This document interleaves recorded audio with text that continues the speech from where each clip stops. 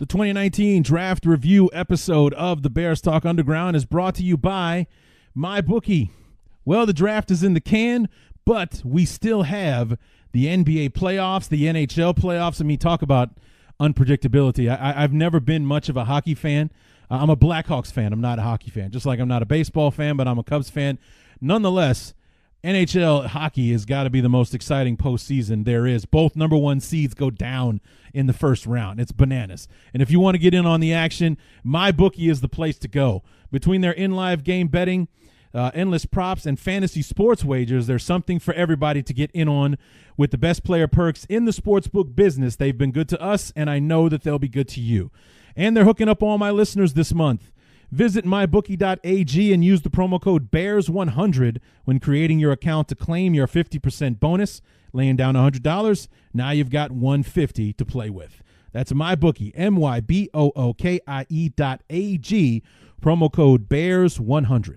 MyBookie, you play, you win, you get paid. The show is also brought to you by SeatGeek. SeatGeek, the ticket app. Let SeatGeek take the confusion out of your ticket buying experience. Instead of shopping dozens of sites to find the best deal, let SeatGeek do the work for you.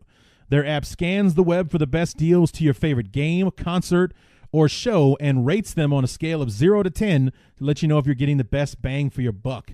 A green dot marks great deals, a yellow dot equals good deals, red dots, stay away from those deals. Use promo code ACAA as in Armchair All-Americans at checkout to receive $20 off your first purchase.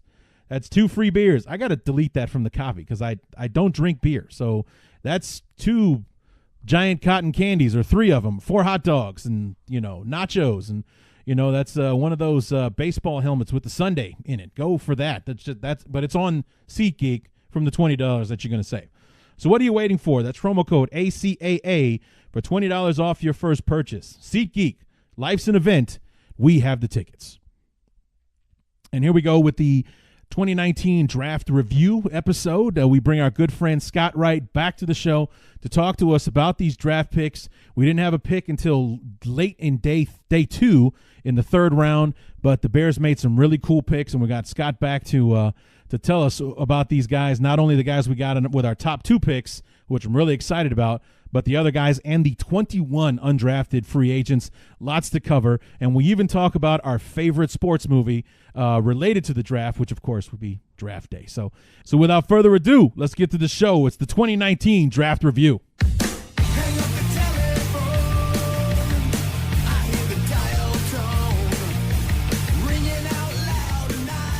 I was just thinking to myself, I wonder why I haven't heard anything yet about the Draft Review episode, and then I was painfully reminded, because you haven't recorded it yet, dumbass, that's why. Just because you recorded your interview with Scott Wirght on Wednesday, which is now 2-3 days ago, doesn't mean that you finished the rest of the show. So, hey, here I am to finish the rest of the show. What's going on, everybody?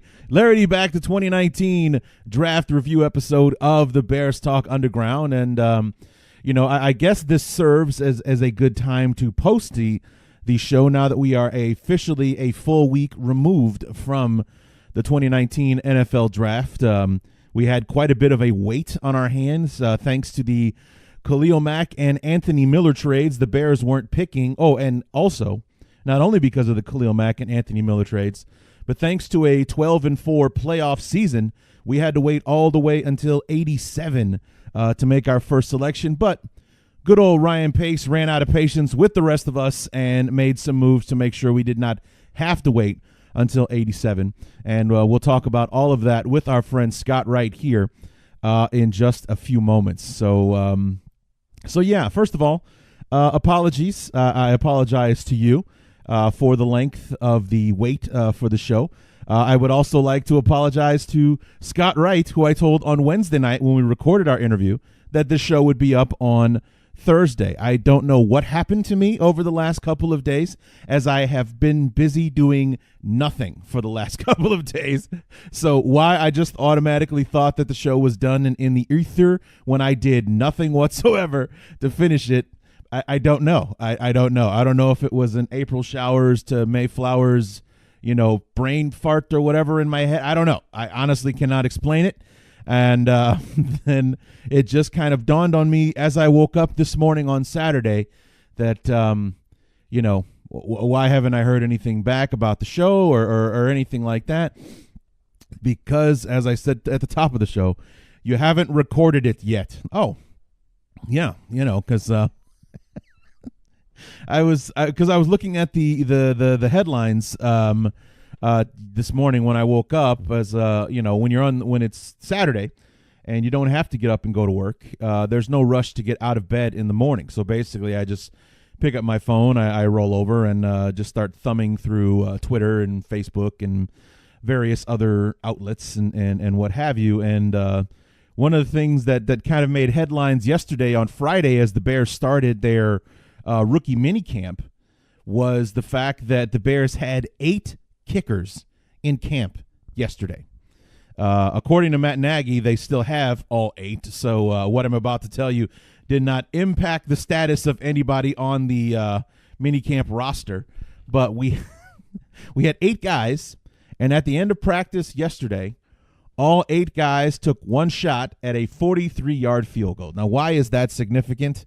Well, it is significant because a 43-yard field goal was the last play that our beloved Chicago Bears took part in the wild card loss to the Philadelphia Eagles.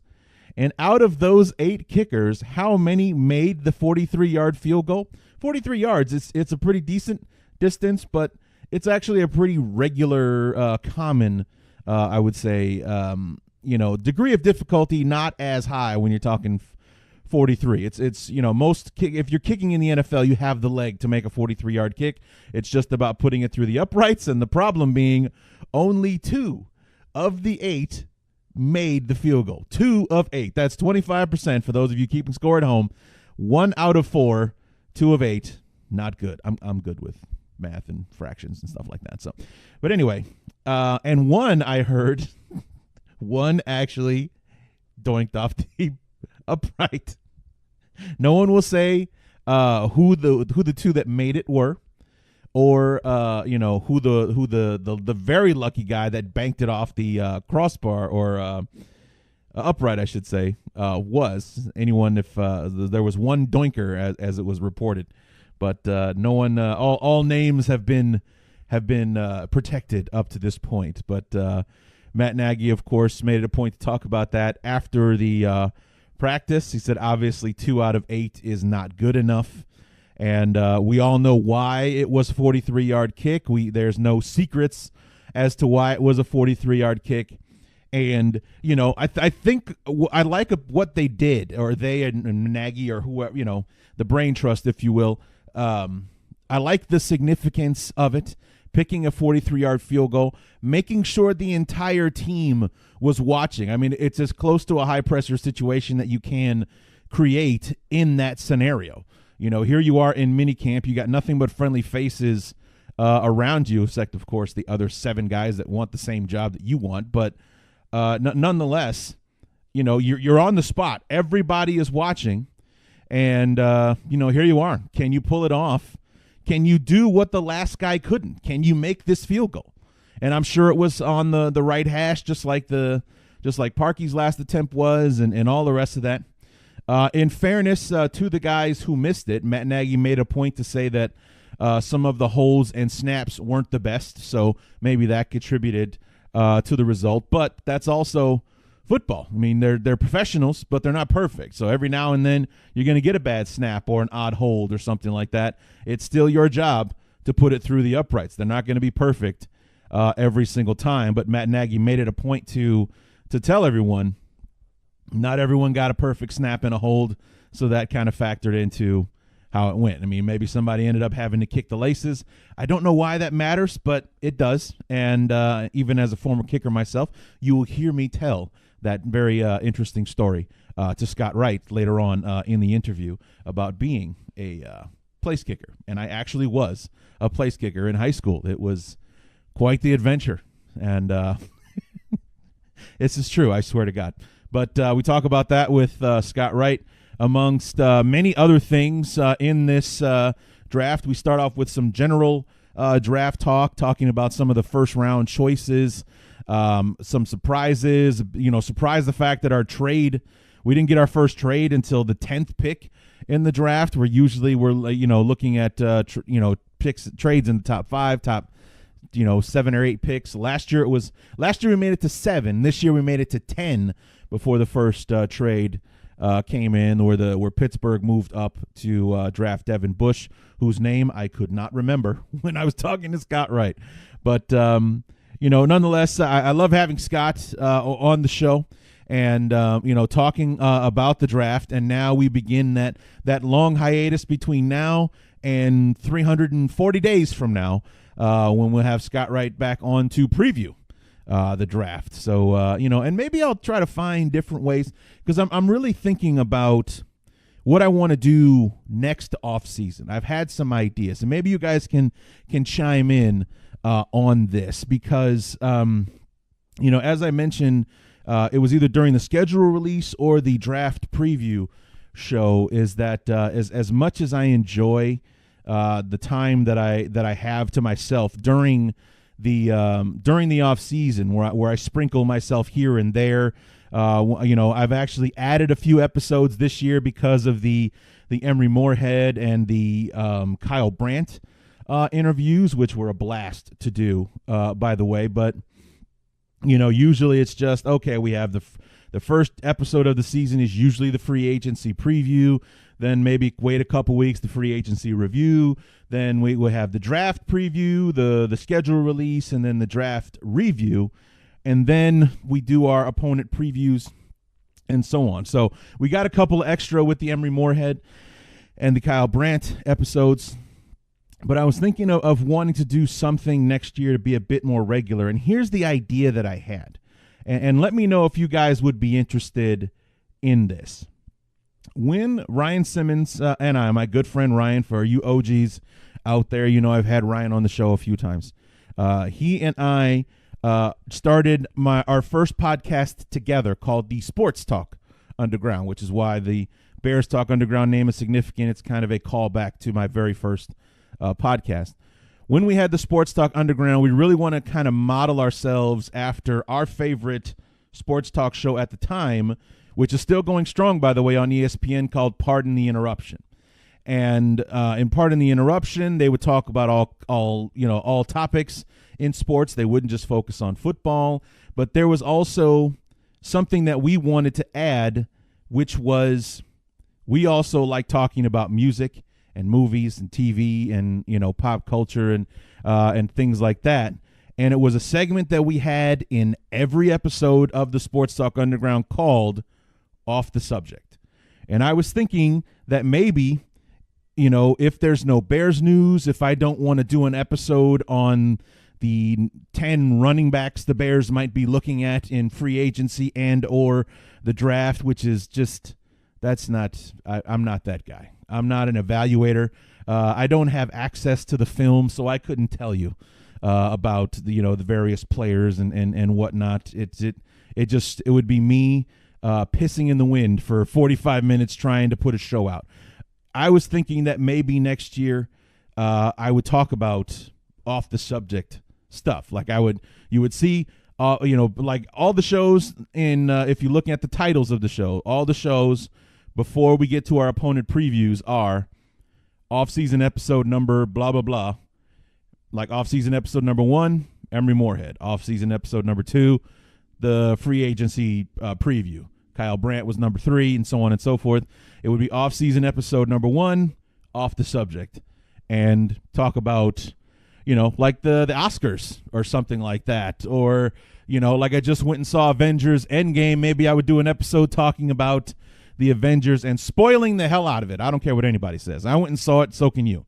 And things like that. Is that something you guys might be interested in when I do next off season or something like that to kind of sprinkle that in, keep the show coming out and give me a reason to do at least one episode a week during the off season, so I never really get out of the habit, because I am a world class procrastinator, as you can see, because I'm doing an episode on Saturday that I did most of the heavy lifting for on Wednesday, but my brain got into relaxation mode, and I'm now just finishing the other half of the episode now. So I am world class. I would deserve a Nobel Prize in procrastination. So if I allow myself to sit around and do nothing for too long, then it becomes harder and harder and harder to get up and do something. So I was thinking that maybe I would do something of this caliber next season. Maybe, do a little bit more, because the other thing that's been great about this year is the networking that I've been doing. Thanks to my connection to Jeff Pearlman, we had Kyle Brandt on the show. Thanks to my connection to Kyle Brandt, working on another NFL Network, anchor, having him on the show. It's not a done deal yet. We're still talking. He has agreed, but now it's time to nail down an actual time and place. I'll reveal the name later on, but because of that networking thing, I've been able to connect with him, and I've got some ideas on some people that I might be able to reach out to either have them on the show or to see if maybe they might be able to help me get someone else on the show, kind of thing. So that's been very fulfilling. It's a lot of fun to be able to do that, to network with people in general is a lot of fun. Like through my networking with guys like Lauren Cox, I've been able to have other like Locked On podcasters on the show. Last season, he helped me a lot with the NFC West. I was getting nowhere on my own with the NFC West. He helps me. He helps hook us up with Brad Mader from the Rams and our good friend from the Spike from the Seahawks. Had a lot of fun talking. We talked about punters for 5 minutes. How awesome was that? But, this is the thing. This is why I love doing the podcast, and I want to give myself a reason to keep doing it even at a time when I wouldn't normally be doing it. So whether it's, I've got some ideas about what I want to do next off season, and I plan to implement them. So at least I'm doing one episode a week during the off season, even when there's nothing football related going on. So maybe I'll do a show where I do like an old school movie review of The Program, which is my favorite football movie, by the way, and other stuff like that. So let me know if you guys would be interested in something like that. If you would actually listen to that, if you would listen to me ramble on for 45 minutes about Endgame and how I bawled my eyes out at the end of it, that would maybe you guys might be interested in that. So anyway, aside from the 6 out of 8 guys missing the field goal yesterday, not a whole lot of activity going on in Bears land. Nobody has signed a contract yet, or at least as of this moment, nobody has. But so why don't we go ahead and bring Scott Wirght in, and we'll have our discussion reviewing the 2019 NFL Draft, where Scott gives us his thoughts on the draft in general and what he thinks of the guys the Bears drafted, and the undrafted free agents that we've brought on board as well. So without further ado, myself, Scott Wirght, reviewing the 2019 NFL Draft.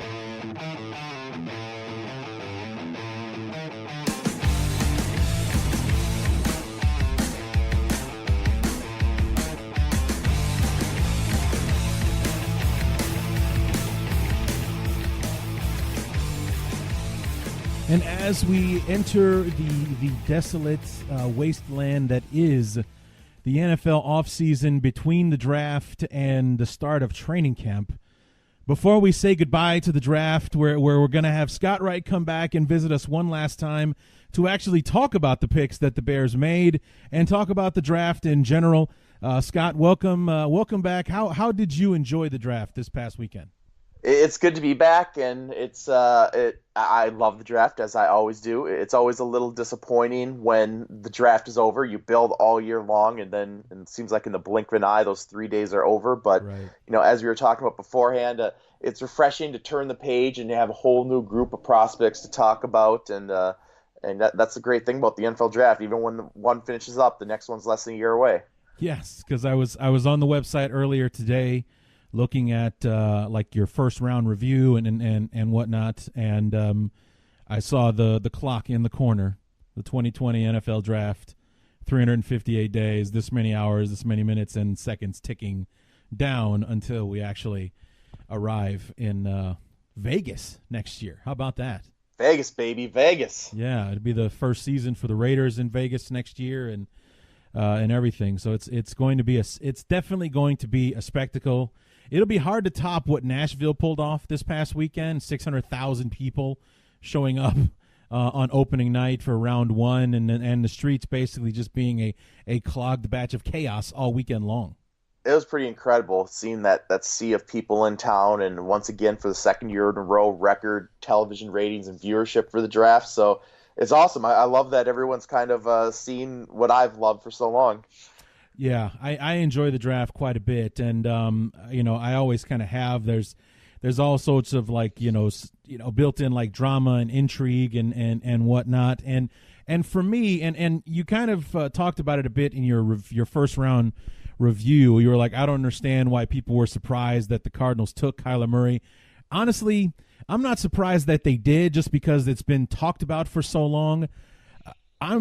But I guess I am at the same time. It's like, why would they do that? I mean, I know we got a new quarterback, or excuse me, a new head coach, and wants to bring in, he's got a history with Kyler Murray and all that kind of stuff. But, why give up so quickly on Josh Rosen and move on with Kyler Murray? I think a big part is the Patrick Mahomes factor. I think a lot of teams, including the Cardinals, saw the type of excitement that having an exciting player like Patrick Mahomes as your quarterback generated. And I mean, I like Josh Rosen, but he's never going to be that. And Kyler Murray may not be either, but there's a chance. And no question, the Cardinals made a very unorthodox move, and it's going to be fascinating to watch play out. And it might blow up on their face and get everybody fired. But if it works out, I mean, it's going to reinvigorate that organization and give them the type of buzz they haven't had in maybe my lifetime, to be honest. So it's going to be fun to watch. But yeah, I mean, I was shocked that even the night before the draft, there are still people, and good people that I respect, reporting, oh, the Cardinals they're not going to take Kyler Murray. They might take someone else. And I was like, I mean, that bridge with Josh Rosen by that point had been burnt. The analogy I made on Twitter is that, try going around dating someone else for a few months and then going back to your significant other and say, you know what, I decided to stick with you after all. See how that works out. I mean, it was irreparable by the time the draft rolled around. So I thought that was funny.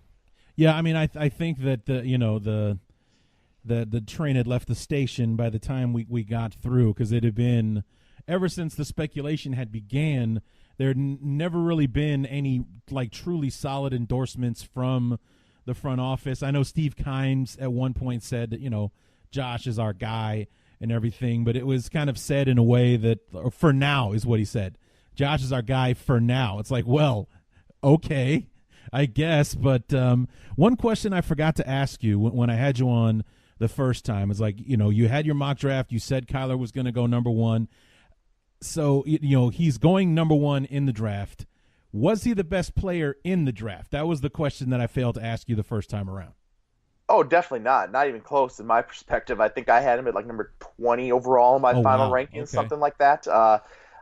And granted, I'm a little bit more conservative when it comes to quarterbacks. I like what's time tested and proven that I know works. But he was my second ranked quarterback after Dwayne Haskins, and the reason I gave Haskins a little bit more of an edge is because he's that big arm pocket passer. But you know what? I mean, even myself, I gave Kyler Murray a lot more leeway than I would have 10 years ago. I mean, I think 10 years ago, along with just about everybody else, would have said, oh, he's a day 3 guy, maybe he's going to be a return specialist, maybe move him to wide receiver or something of that nature. It just goes to show it kind of impresses upon me how much times have changed that I have a quarterback rated that high, with that style rated that high, because, as I said, 10 years ago, that would have been absolutely unheard of. Right. Yeah. And it's because of guys like Russell Wilson that NFL, front offices and coaches are even giving guys like Kyler Murray a look. I mean, for all the dynamics he pulled off and winning the Heisman at Oklahoma, he's still only 5'10" and weighs a little bit less than 200 pounds. I mean, is that really a guy you want back there running away from Khalil Mack and company? And Baker Mayfield's success last year as the number one pick, I think, helped a little bit as well. Yeah, it's a bunch of little pieces that have kind of contributed to making this scenario that enabled Kyler Murray to be the number one pick. So after that, what other surprises would you say that you saw in the first round? Because I don't think we had any surprise that Bosa went 2.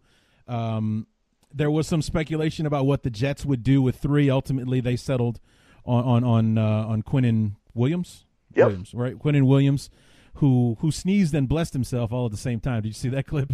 Online? I did not see that one. Yeah, that was interesting. He sneezed, then blessed himself, then thanked himself for blessing himself. It was actually pretty hilarious. But it's quite a hidden talent. Yeah, not bad. But then Mike Mayock and John Gruden with their first draft pick take is it Cleland or Clellan Farrell?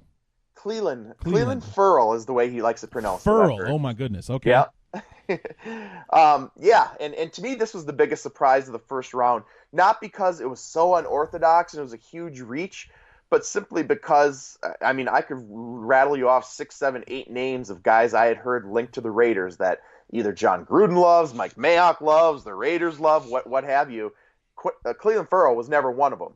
So that's why it was a surprise, just because you'd never heard that name linked to them. But value-wise, maybe a little bit of a stretch. I think they probably could have gotten him a little later, but by all accounts, there wasn't a deal on the table. So they just stuck to their board and took the guy that they had their heart set on and wanted. And, you know, I think he kind of got lost in the shuffle during the pre-draft process because he wasn't as flashy and physically talented as, say, a Rashawn Gary or a Montez Sweat. But what gave Farrell the edge over those guys is, I think, the consistency, the well-rounded ability, the production over multiple years against top competition, and just his overall intangibles. That's what the Raiders fell in love with. And I think that was the theme of their draft class. As much about talent, it was about intangibles and building that winning culture that they want to instill. So, that surprised me. Like I said, I think they could have gotten him probably 10 picks later, but I mean, it's a good player. It addresses their number one need. So definitely not. I think I was more surprised last year with Denzel Ward going number 4 overall than I was Farrell going 4 this year. Oh, actually, I would agree with that. Actually, yeah, that was quite the surprise when it wasn't Bradley Chubb to be the bookend to for the Browns there. I thought that was quite a surprise. But the Buccaneers were mocked to pick White at number 5 for the linebacker, but then 6 is where if you're a Giants fan, all hell breaks loose when the Giants announced their pick at number 6. Because I mean, I saw videos where people were watching the draft from MetLife Stadium, like violently freaking out when the name Daniel Jones was called for number 6. I mean, it was widely speculated that the Giants may take a quarterback. They might take one at 6. If they get Daniel Jones, then he'll have to be waiting for them at 17, not taking him at number 6 while Haskins was still on the board. Well, if you need a good laugh, go on social media. There's all kinds of reaction videos. Oh man, I've watched several of them. Yeah, it's hilarious. They're golden. They really are. And I mean, I've for months I had been saying Daniel Jones is going to be a New York Giant. I mean, he's exactly what they look for in that position. It was a fait accompli. It was just a matter of what point would they take him. And I'm kind of the opinion of, if you like him that much, which they obviously did, they had a conviction in him. Why risk it? Why take a chance on him falling to you at 17? Take him at 6. And I tend to agree with that. Now, I'm not a huge Daniel Jones fan. I had him, I think, just inside my top 50 overall. So not the pick I would have made there for the Giants. But he's taken a lot of hits in the last week or so, and it's not like he isn't without merits. I mean, it's not like they took a 7th round pick, 6 overall. He has a chance to be a good starting quarterback. There's a lot to like about him, but I mean, I think ultimately the Giants are in a better place now than they were before the draft. At least now they have a young quarterback that they like in-house, and there's a plan of succession in place. We can debate how good of a plan it is, but at least there's a plan, and there wasn't a plan a week ago. So as a rule, I try not to criticize teams for what they do at the quarterback position, because I appreciate them at least trying. And ultimately, if Daniel Jones becomes even an average starting quarterback in the NFL, he'll have been worth the 6th pick 3 times over. But if it doesn't work out, it's just going to make that decision to pass on Sam Darnold last year look that much more awful, and it'll just compound that mistake, and it'll haunt them for the next half a decade or decade. Yeah, that's going to be the comparison for quite some time. It's Darnold and Quinnen Williams, or Daniel Jones and Saquon Barkley. Which pair would you rather have? And I think that right now the Jets have to be the happier of the two. Well, and the other thing to remember for the Giants is, yeah, Saquon worked out as well as they ever possibly could have hoped, and he got them all the way to 6 wins or 4 wins, or whatever it was, the sixth pick in the draft. And now Saquon, he's already 4 more years, and you're gonna have to pay him. By the time he's up, he's gonna get a $125 million contract. So Yeah. you already paid through the nose for a running back, and you're 1 year closer to paying through the nose again, and you're a long way from contending. Yeah, it's a mess. So, any other surprises? I mean, we didn't get our first trade until 10 when the Steelers traded up to get. Oh man, I'm so bad with it this year. Devin Bush. Thank you, Devin Bush. I knew it was a linebacker. They went and got the linebacker. I knew that I'd heard that they coveted him, so there's no way he was going to be there at 20 when they originally picking. Yep. They make the deal with Denver and they get their guy. I was surprised that it took us 10 picks to get to our first trade of the night. But any other surprises in the first round, aside from for me the biggest surprise was that Haskins fell to 15. The Redskins, who had been talked about trading up all the way up to 3 with the Jets to get Haskins, sat and waited, and he actually came to them, as opposed to the Redskins being their crazy impulsive selves and giving up the store to draft somebody that would have fallen into their laps. And I think the lack of trades at the top of the draft was a product of a lack of buyers, more so than a lack of sellers. I think there were plenty of teams that wanted to move down. Nobody was really willing to pay the price tag to move up. But I really like the Steelers trading up to get Devin Bush, the linebacker from Michigan, at number 10. As you talked about, that was the guy they were linked to. He's an absolutely perfect fit for what they need as a replacement for Ryan Shazier. But there was no chance he was going to get to 20, and that's what good teams do. They find the guy that they want, and they go get him. They don't hope he's going to fall into their lap or hope something crazy happens. You go get him. So I applaud that. And then on the reverse end of that spectrum, I think the Houston Texans got outmaneuvered in the first round. Yeah. And that's nothing against the guy they wound up taking, Titus Howard, the offensive tackle from Alabama State. He was going to be a top 50 pick, so not a gigantic reach at 23. And 5 years from now, he has a chance to be the best blocker to come out of this class. He has that type of talent and upside, but he's raw. He's a converted tight end who's only been playing along the offensive line a few years, and Houston needs an offensive tackle now.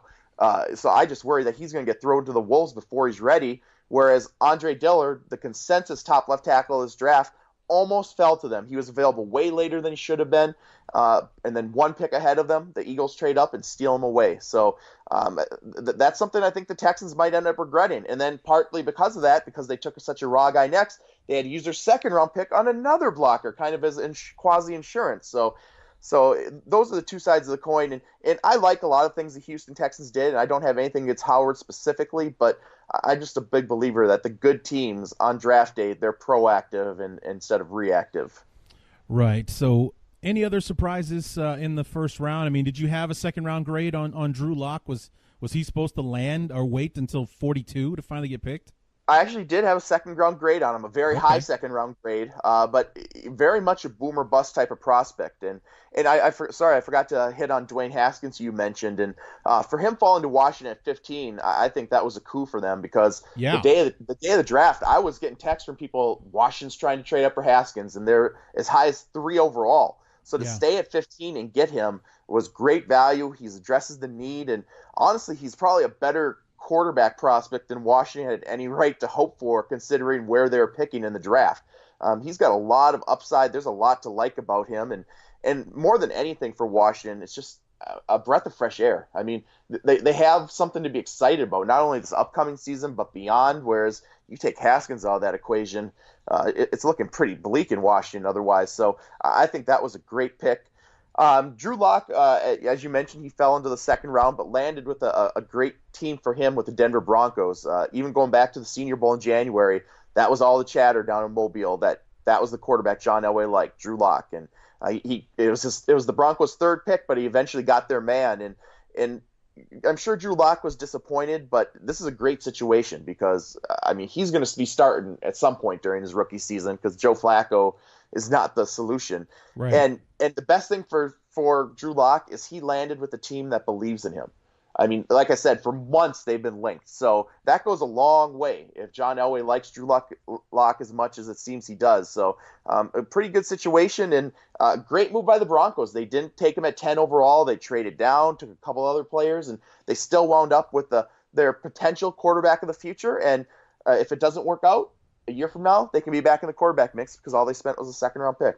Right, and they got Noah Fant, the tight end from Iowa, which made waves here in my area, as in the Cedar Rapids, Iowa City area. You know, the guy, and I mean, 2 first-round tight ends for Iowa.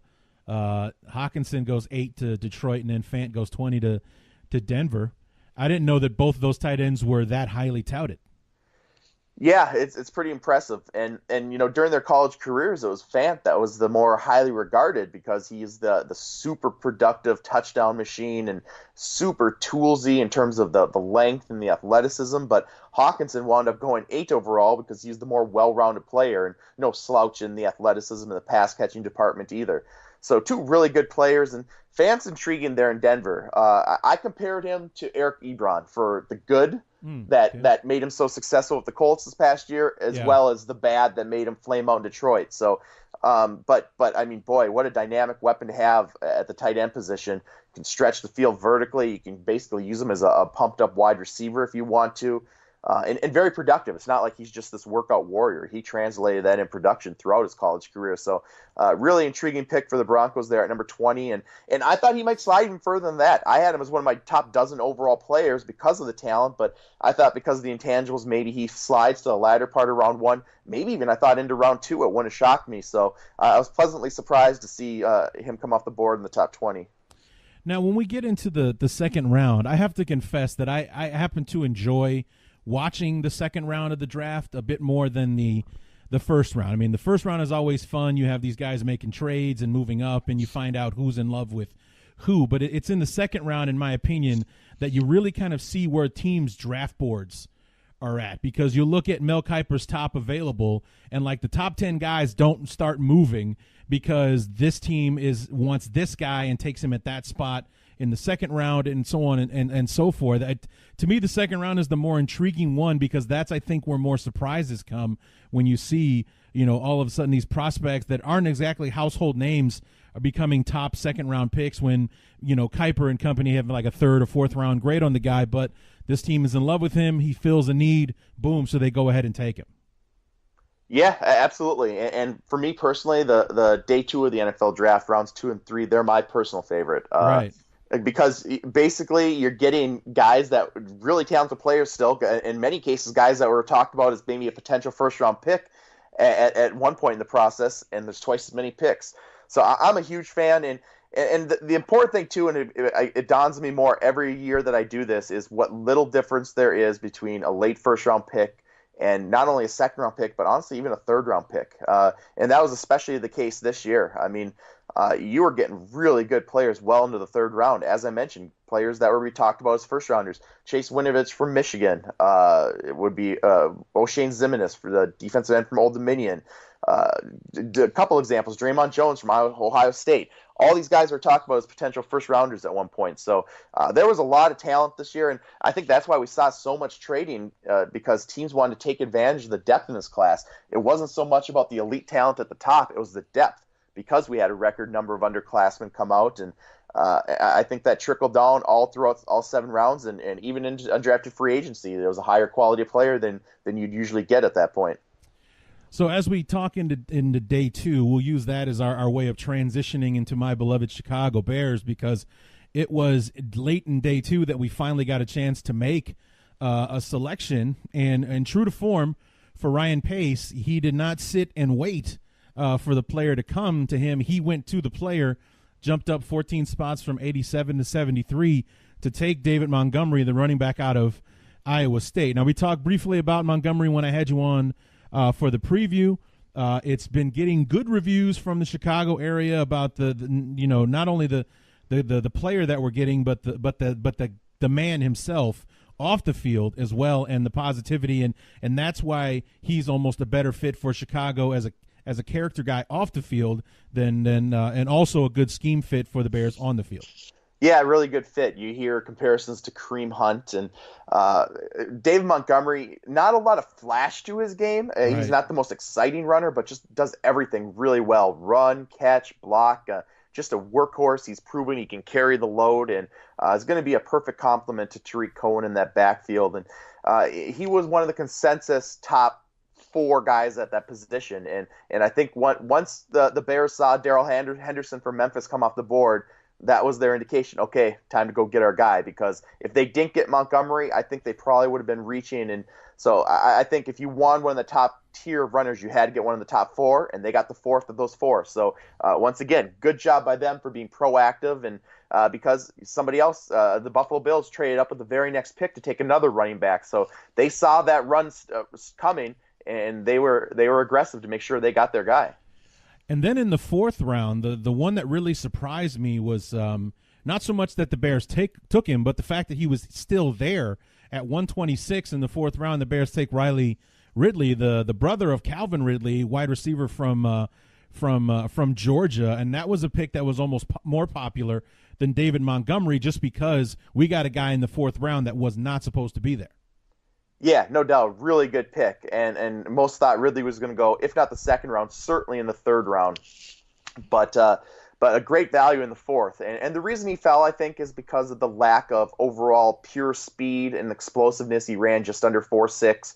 But I think he plays faster. I think he's got nimble feet. He does all the little things. He's an outstanding route runner. He's got good hands. And I tell you what, I put him in the same category as Anthony Miller, who the Bears took early in round 2 last year. So I think that was a terrific value for Chicago. And it's one of those guys, he's going to end up being a better pro than college player, I think. And I can't wait for you to be right about that. That's awesome. What can you tell me about the last three guys we got? We got Duke Shelley, the corner from Kansas State, in the sixth round.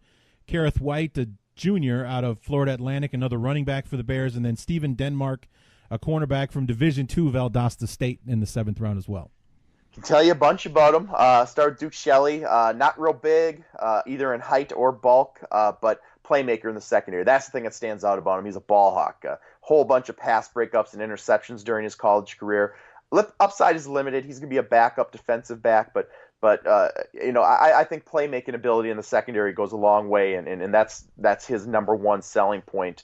Kerith White, the running back from Florida Atlantic, was overshadowed by his teammate Devin Singletary, who wound up going to the third round. In fact, he's the guy that went with the very next pick after David Montgomery in the third round behind the Bears. But Kerith White, really another guy who came out as an underclassman. What got him drafted is he ran 4.37 at his pro day at 5'10", just a shade under 200 pounds. And really, it's about his return skills. That's why you bring in Kerith White. He's going to be a return man. That's his ticket to making an NFL roster. And then Steven Denmark, the cornerback from Valdosta State, he's really interesting. He came on my radar a few months ago, actually. He's a converted wide receiver. 6'2.5", 220 pounds. Yeah. So an unbelievable size, a cornerback or safety size. Then he ran a 4.46 at his pro day. So a really intriguing developmental guy, as I said, either corner or safety. And I had some people even say, you know what, you could probably make him like a weak side linebacker in the right scheme too. So kind of a raw ball of clay that I think ideally it's probably going to be ticketed to the practice squad, but an intriguing athlete to get late in the seventh round.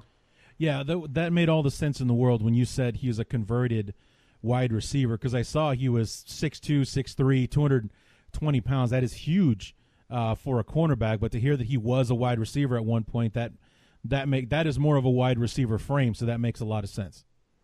Yeah, absolutely. And just one of those kind of lottery tickets. And that's kind of what you get late in the draft. You either get guys with a lot of potential or maybe guys with not so much potential, and he definitely falls into the former category. There's not a lot in between, or otherwise they'd be gone early. So you're either getting lottery tickets or you're getting low upside players, and Denmark would qualify as the lottery ticket. Sure. So now we will talk about this batch of 21 undrafted free agents, and the Bears are usually that team that signs maybe anywhere from like 8 to 12. But we went ahead and signed 21 this year. Can you take a look at the list and maybe pick out a few of your favorites? Yeah, absolutely. I think the name that really stands out and flashes is Missouri wide receiver Emmanuel Hall, who there was talk that he could go on day 2 in the 3rd round. I've never been quite as high on him. He's one of those guys that I kind of had him on that 3rd, 4th round fringe, and I bumped him a little higher just because I thought he was going to go early. But ultimately, I think the concerns about his intangibles and durability are what pushed him down. And he's one of those guys. I remember at the introductory press conference at the Senior Bowl, they asked both Jim Nagy, the executive director, and his quarterback, Drew Lock. And they were both kind of it's kind of hard to describe, but they were both kind of perplexed as to why he wasn't there. It was just kind of odd. And he's one of those guys who's just blazing fast, but he's one of those track athletes who everything's got to be right. He's got to be 100%. So I think that's all what contributed to him falling, but truly rare speed. A guy who can take the top off of defense. Drew Lock loved throwing to him and was a different player when he was in the game. So a very one of the better free agents that were available after the draft, and I'm sure on the short list for just about everybody. And the biggest surprises that went unselected.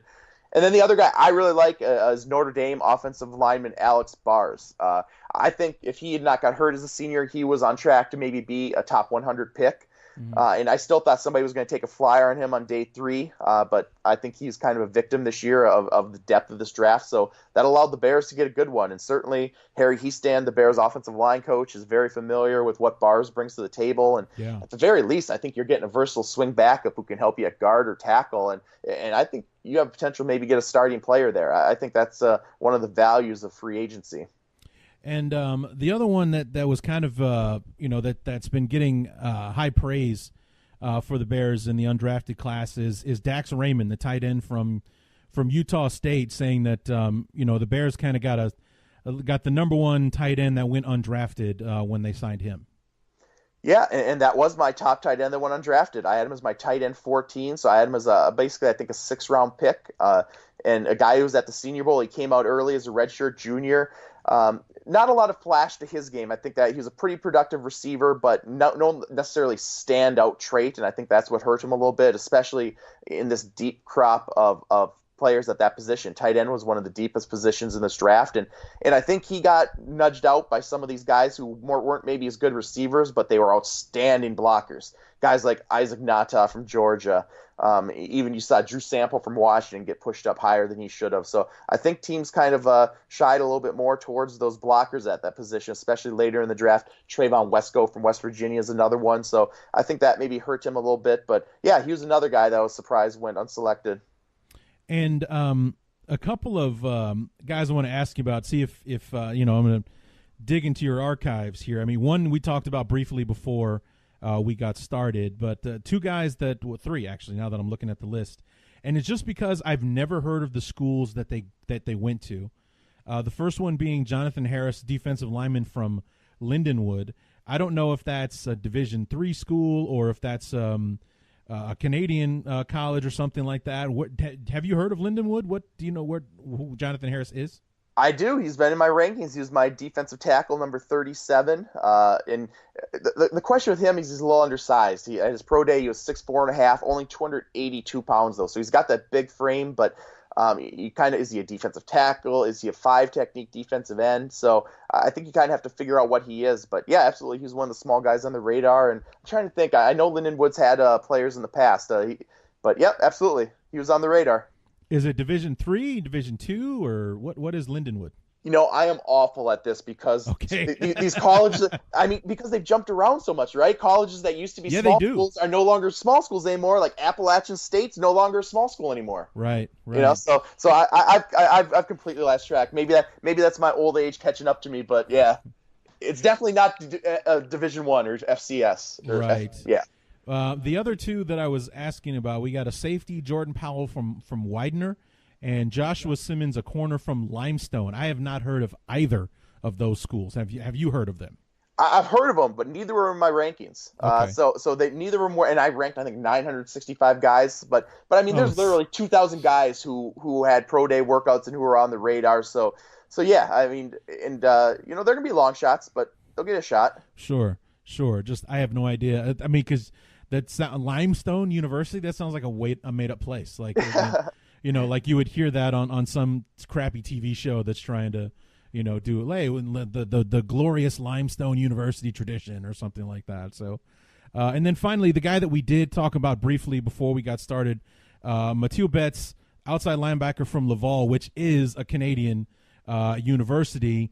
I think he's the one that made his name at the Senior Bowl that he kind of made his strides? East-West Shrine Game. Shrine Bowl, okay. Yep, they always traditionally bring in a couple of Canadian prospects, and of course, a few years ago, the most famous example is Laurent Duvernay-Tardif, who's been a terrific player for the Kansas City Chiefs.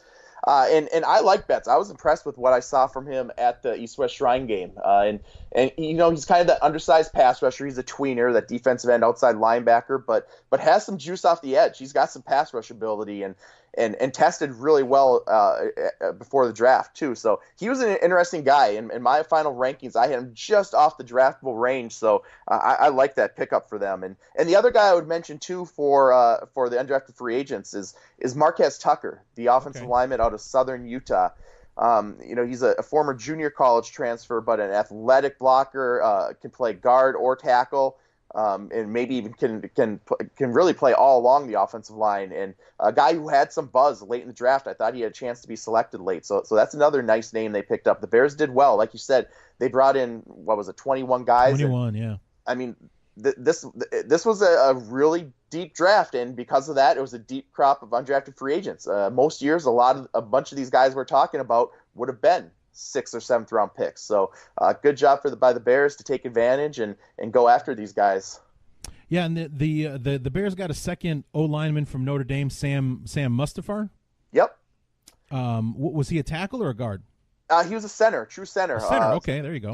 Yep, starting center from Notre Dame. Really limited in terms of his athleticism, and just did not have a very good senior campaign. And that's why he didn't get invites to the Combine or any of the All-Star games. I think he's a long shot, honestly. I don't think he's anywhere near the class of Bars as a prospect. Bars has a much better chance, I think, of making the roster, whereas Mustapher is kind of a camp guy, I think. Yeah, I think I like Alex Barr's chances of making the roster. I mean, I haven't seen any tape on the guy, but he's got all the outside opportunity to do it. Number one, he has history with Harry Heaston, so he's got an in there. He plays interior offensive line, and the Bears lost 2 interior offensive linemen to free agency, so we have a void to fill in that spot there. So I think he's got a really good shot of making the roster before we even get started. And for what it's worth, his old teammate Quentin Nelson really vouches for and raves about him. So that should go somewhere. I always say players know players, and if he's got the Q seal of approval, that's good enough for me. Yeah, that guy was a beast for the Indianapolis Colts, man. As much as I loved Roquan Smith, I still that would be a tough choice for me if I had to make it today. If I'm there and Quentin Nelson and Roquan are available, who do I take? That would be a tough choice. That would be a very tough choice. And in a lot of ways, you really can't go wrong, especially because both guys had really great rookie seasons. So it would be a tough call to make. So yeah, if we could go back in time and Quentin Nelson's there at 8, do we take him? I wouldn't hate it if we did. I mean, I would miss Roquan, but man, oh man, you can't pass on a guy like Quentin Nelson. That guy was a beast for the Colts this year. So anyways, one last thing. We signed 2 kickers. And we're going to bring 6 to the rookie minicamp that starts on Friday, by the way. But Josh Barron, a kicker from San Diego State, he's my guy, and I'll tell you why. I'm left-footed. So is he. So, and apparently he's got a big leg too. He's I think as far as his longest one is 54 yards or something like that. Yep. Yeah, and he was actually my number 4 kicker. So okay. Yeah, I mean he was one of the top ranked guys, and he was at the East-West Shrine Game. So a good pickup. Certainly the Bears have some kicking issues they need to sort out, and I like your method, just going whoever has the same dominant foot as you. Yes, it's probably as good as some teams have with their kicking evaluations. Well, I mean, left-footed kickers are as rare as left-handed quarterbacks in the NFL. You just don't see them very often. You know, I think the last left-footed kicker I can think of was David Akers for the Eagles. He was left-footed, wasn't he? You know, that's so weird. I don't even pay attention to that type of stuff hardly. But I mean, you know, Morton Anderson, he was a lefty. He's in the Hall of Fame. He's one of the greatest of all time. And and everything. But it's like, my dad and I, anytime we watch football, whether it's the pros or college or anything like that, we always like, oh, that punter's left-footed. Hey, my dad and I, we are left-footed, so hey, he must be awesome because he's left-footed just like us. So you've got that like implanted in my mind now. When I'm watching, I'm going to watch for that now. You inception me. Yes, there you go. I've poisoned your mind. You will think only of left-footed kickers from now on. So yeah, I wasn't a very good kicker. I was a hell of a punter, but field goals, I was terrible. I could kick the hell out of the ball. It's just I had Cody Parkey syndrome. Putting him between the uprights was the issue. Minor detail. Yeah, Cody Parkey had all the leg in the world. He just had a trouble. Putting him between the actual space that it belonged in. So that was the issue I had as well. But in my defense, I was a 14-year-old freshman, not a 25, 26-year-old professional. So. Well, and speaking of kickers and punters, I talked about how deep this draft was, and as deep as it was, and then we had spots taken up by a long snapper. We had 2 kickers drafted. We had 2 punters drafted. So, already limited number of spots that were available for all these talented players. Yeah. We lopped off 5 of them right off the top with all these specialists. And honestly, I wouldn't have been surprised if 1 or 2 more specialists had been drafted. It was surprising to me, not that any kickers get drafted. It does happen. A guy that I went to school with, Mike Cyphris, was a punter, got drafted in the 5th round back in 2002, 2003, exactly, yeah. So it does happen, but it was funny to me that the first specialist to come off the board was taken by the Buccaneers, who were snake bitten by making a very dramatic draft choice a couple of years ago when they traded up in the 2nd round to take Roberto Aguayo, and he was a disaster for them. So I mean, for them to be the ones to make the leap, I thought was very interesting. Even though it's the same GM, it's a new head coach and new philosophy and all that kind of stuff. But to go and draft a kicker when your fan base has not forgotten about the nightmare that just occurred with the last guy that you made a move for.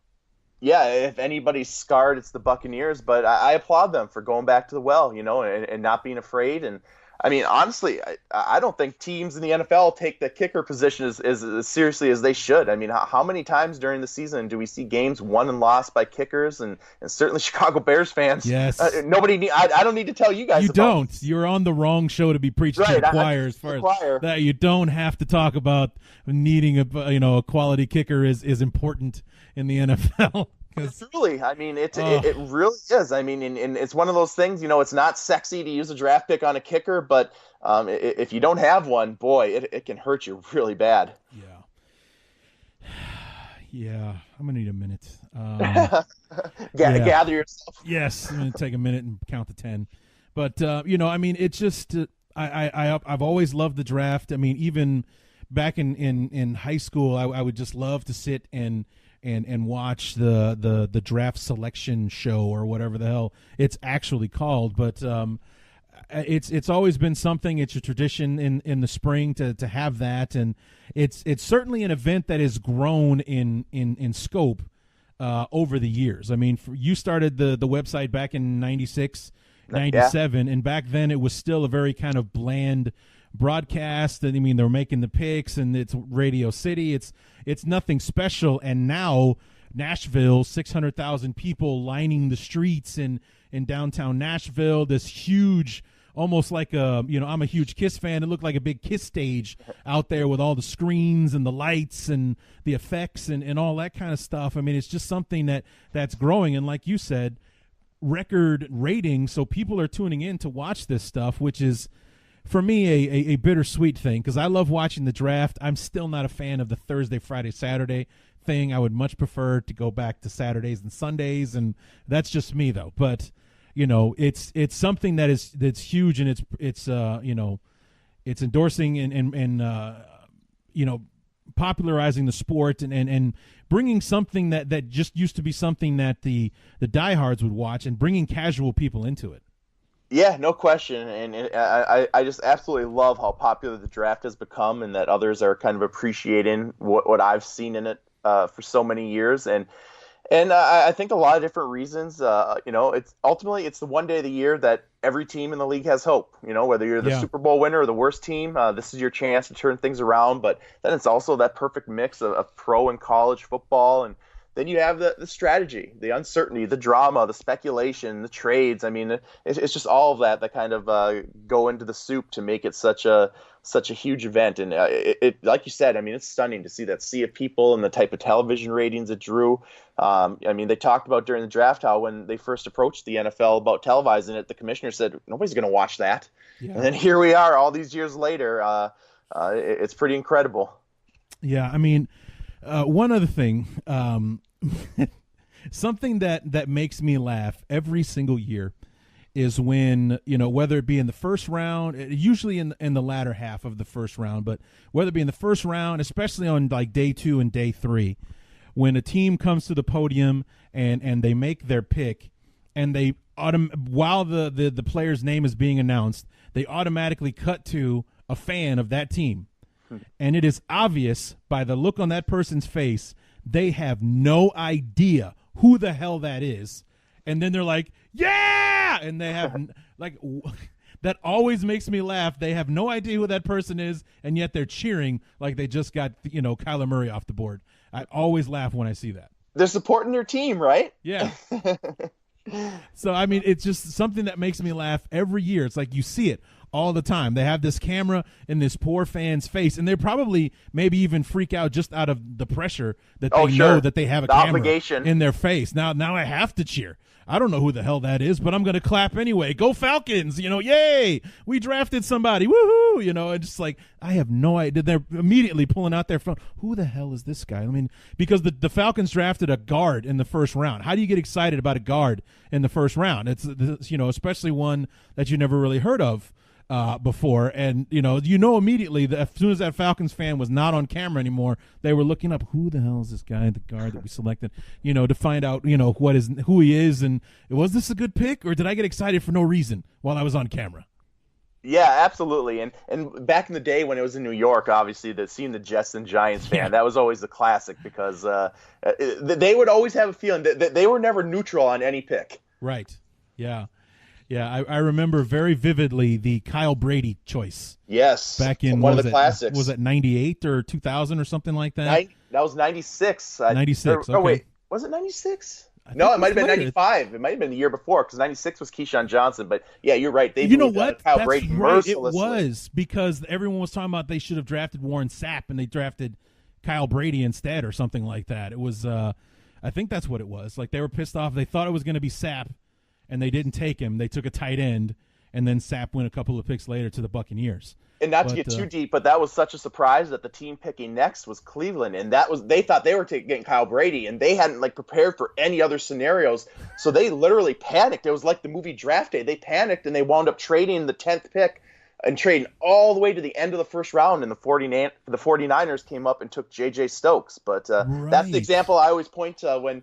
For those who've seen the movie Draft Day, about teams panicking in the war room, the Jaguars are the team in the movie Draft Day that panics. But obviously that's heightened for the movies, but it's true. And that's a perfect example of a team that they just got completely blindsided on Draft Day when Kyle Brady went to the Jets, and they panicked and dumped out.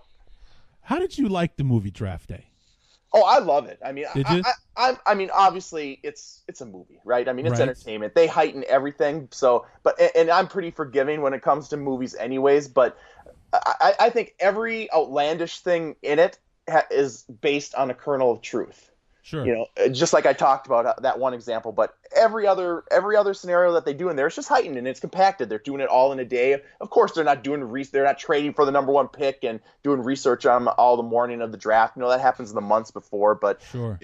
If you're a fan of the draft, just don't take it too seriously. Sit back and enjoy it. And if nothing else, I mean, it's one of those, like, if you're a huge fan of the draft and you really know the intricacies, you can just it's unintentionally funny. You can just sit back and laugh at it. It's one of those bad good movies.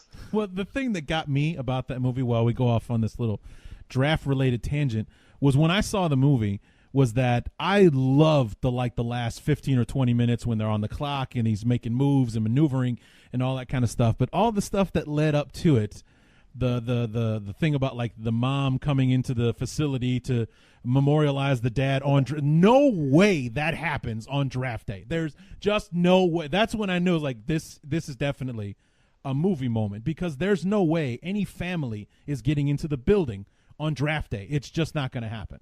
And you know what? The movie looks really good too. I mean, It it's really does. Yeah. vibrant with all the colors. They shot it live at the actual draft, so they got that real atmosphere. So it's definitely the positives far outweigh the negatives for me. Yes. Yeah. Whenever it's on AMC or whatever, I always, no matter So where it is, watchable. I always watch it. And, I always enjoy, like I said, that last 15 or so minutes when they're on the clock and he makes the pick. And, you know what? Bo Callahan's not coming off the board. Everybody's freaking out. They don't know what to do. And, all that kind of stuff. And then he works the board he comes out better than anyone else in that scenario. So, yeah, I do enjoy that when he starts working the war room there. Yeah, and I actually just rewatched it the night before the draft here. Now I finished up my final mock draft. I wanted to wind down, Of course you did. and I enjoyed the heck about it one more time. Do you have it on Blu-ray or DVD or anything like that? Oh, you better believe it. In fact, fact, of course you do. In my office, I've got the poster when that was at the local theater. Nice. I asked the theater owner if I could have the poster, so I got it hanging in my office. Costner's overseeing me at all times. So great. All right, so in the much too early fashion, let's do it anyway. 2020, who are some of the top names? Quarterbacks. That's going to be the story of next year's draft. To me, I like Tua Tagovailoa from Alabama. I'm a big fan of his, but a lefty. Yep, there you go. Jake Fromm from Georgia. Yeah. A lot of fans in the league. Justin Herbert from Oregon. I think he's got something to prove a little bit this year, but he's going to be in that early first-round mix. So that's going to be the story next year. And then also wide receivers. There's going to be some really good receivers, so it'll help make up for this year a little bit. All right, so I like it. Well, Scott, as always, we enjoy having you back on, and we'll look forward to having you on in 348 days before the draft, and when we do the preview to 2020 and see how those quarterbacks did shape up and how the rest of the draft class will shake down as the big clock on the website ticks down ever so slowly to the 2020 draft in Las Vegas. It's less than a year away. TikTok. Will the draft taking place in Vegas be enough to get you out there, or are you still gonna, hide in your man cave and watch the draft alone? It might be. I like the idea of going to Vegas, but also too, I gotta admit, watching, because I almost went this year, and then watching all those people in Nashville, I was like, I'm kind of glad I'm in my home base watching the draft like usual. So to be determined, but I'm pretty intrigued by Vegas. All right. Well, we'll talk to you. We'll talk to you next year, and we'll see what your plans are for the 2020 draft. All right. Sounds good. Thanks so much, Scott. My pleasure.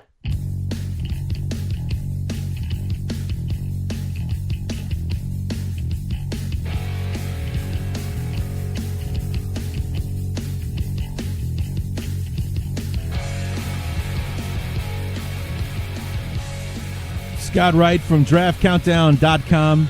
Love having him on the show. We go all the way back to my Sports Talk Underground days, 2006 or 2007, the first time that myself and Ryan Simmons had him on the show to help us preview a draft. It was 2007.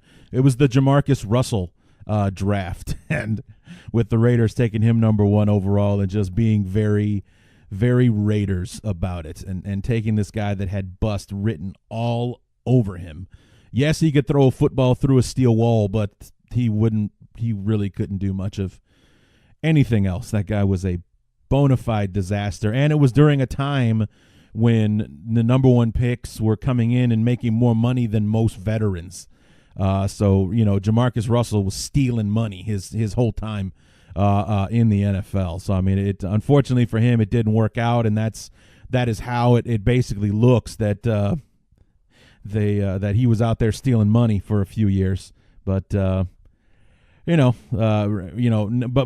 to our credit, myself, Ryan Simmons, not believers in the Jamarcus Russell train, did not have him going number 1 overall. I don't remember how that draft actually went, but I think we actually had Jamarcus Russell going somewhere in like the teens or something, like 12 or 13. I remember we had the Panthers trading up to get him. Like, it would be better for him to go to a place like Carolina. Carolina was just in the playoffs last year, or what have you. They have the veteran leadership around him. It's not a garbage football team like the Raiders were at the time. This would be a much better place for him. A veteran coach in John Fox. Whatever. But still, Jake Delhomme seemed to be on his last legs, and it's, this would be a good place for Russell to go instead of trying to have to carry the franchise on his back, which he would have to do in Oakland. So that was the first time that we had Scott Wirght on, and here we are 12 years later. Still a friend, still coming on the show, still awesome at what he does. And check out his website where as you heard me talk about during the interview, the clock to the 2020 draft is already ticking. It's down, I think, 354, 55 days, whatever, until the draft in Vegas next year. I mean, if you thought Nashville was a circus, what do you think Vegas is going to be like next year? It's going to be bananas. I wonder if they're going to do it. Are they going to pick a casino? Are they going to put it out in an area kind of like they did with any place that they've been? I mean, if they were in the Jerry Dome, are they going to do something like that, like what they did in Dallas, which is they had the draft in the Jerry Dome? Will they have the draft in the new stadium that's opening in 2020 for the Raiders?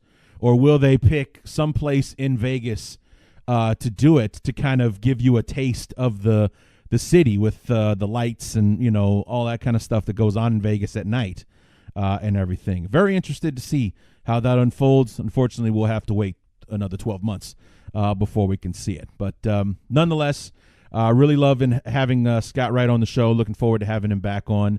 And as I alluded to earlier, but never got to finish, you know, it kind of led me off on that tangent about what to do during the off season.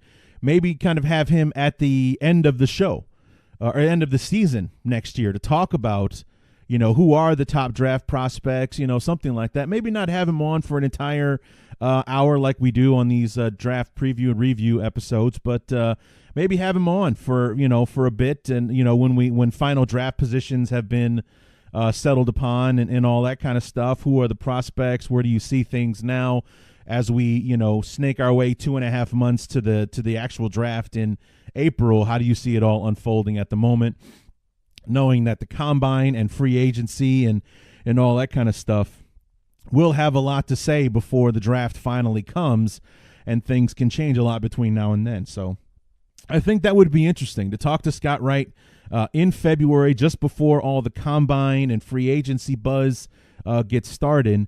And where's he at now? What's your mock draft look like now? And then we'll reconvene in 2 months just before the draft and see how much has changed, and then bring him back after the draft. So maybe we'll add an extra episode next year with Scott Wirght to talk to him before the draft season actually kicks off, and then see where we go from there. But to call back on that, if you guys are interested in those off-season episodes that I talked about, I'm all about ideas. You know, even though Ryan Simmons and I don't do a show together anymore, he's a constant collaborator with me, helping me with ideas, and we've had some really interesting ones. Like one idea that he had that I thought was really interesting, but I would need a co-host for it. So I either think maybe he could do it. He's not a Bears fan per se. He lives in Chicago. He roots for the Bears, but he's an Indianapolis Colts guy. So talk about a team that kicks some ass during draft weekend. That's the one question I didn't get to ask Scott was, you know, who had the best draft, who had a draft he didn't care for, that kind of thing. I forgot to ask that question. But, you know, he's a Colts fan. He's been diehard the whole time that I've known him. And that's kind of how the Colts became my AFC team, was when he and I were in college together. The Bears were awful. So obviously they weren't playing in January, but the Colts were, and Peyton Manning and Marvin Harrison doing all their things and making the playoff games and losing to the Patriots and all that kind of stuff. But, you know, but to have him on maybe, or have some kind of co-anchor, and to do a I've seen it. There's a wrestling podcast that I listen to occasionally called Something to Wrestle, and every now and then one of the shows that they do is they'll play an old pay-per-view on WWE Network and kind of give a running commentary of it. And Ryan's idea was to find an old Bears game on YouTube or something and play that game and basically do a running commentary of that game. And it's kind of like a companion piece. You guys listen to the podcast as you watch the game with me, and you get my running commentary of the game and so on. Is anyone interested in anything like that? I think it would be an interesting experiment, but if nobody wants to listen to that, I'm not going to do it because it's not going to be a short episode. To watch an entire football game, even if you cut out the commercials, you're still talking about a 2.5 hour episode of me talking about a football game we all know the result of that happened 30 years ago. So let me know if you guys would be interested in something like that, or an intriguing, an idea on that scale, if you will. So anyway, I'm going to go ahead and close this bad boy up so I can get it released, so I can stop wondering what everybody's going to think of this episode, so I can actually put it out there for you. So, if my new NFL Network guest comes back to me and gives me a solid date, that is the show that I will be doing between now and the beginning of our opponent previews. As a matter of fact, I got to get to work on those opponent previews and start nailing down some concrete dates with my guests. We're going to start with our same place opponents, which will be the Rams and the Saints. The Saints will come first because out of the two, obviously they didn't make it as far as the Rams did. So we got to go with the Saints first, then the Rams. Then we'll start with the AFC West, then the NFC East, then our NFC North, then our beloved Chicago Bears. And by the time we get through all of that, we should be just this close to training camp and the start of the 2019 season. So I can't wait to get to work and start having some fun and interesting people on, and see if my new NFL Network friend will be able to join us in the meantime. So keep your eyes peeled for that. Stay on the Twitter, BTU_Larry on Twitter. Join the Facebook group Bears Talk Underground on Facebook. Enter the discussion, ask questions, give me your thoughts on off-the-subject ideas, and maybe I'll do that between now and the start of training camp, just to kind of spice things up a little bit, keep me busy before things get started. So I'm going to go ahead and let you guys go. Enjoy the rest of your weekend. Until then, my name is Larry D, and this has been the Bears Talk Underground.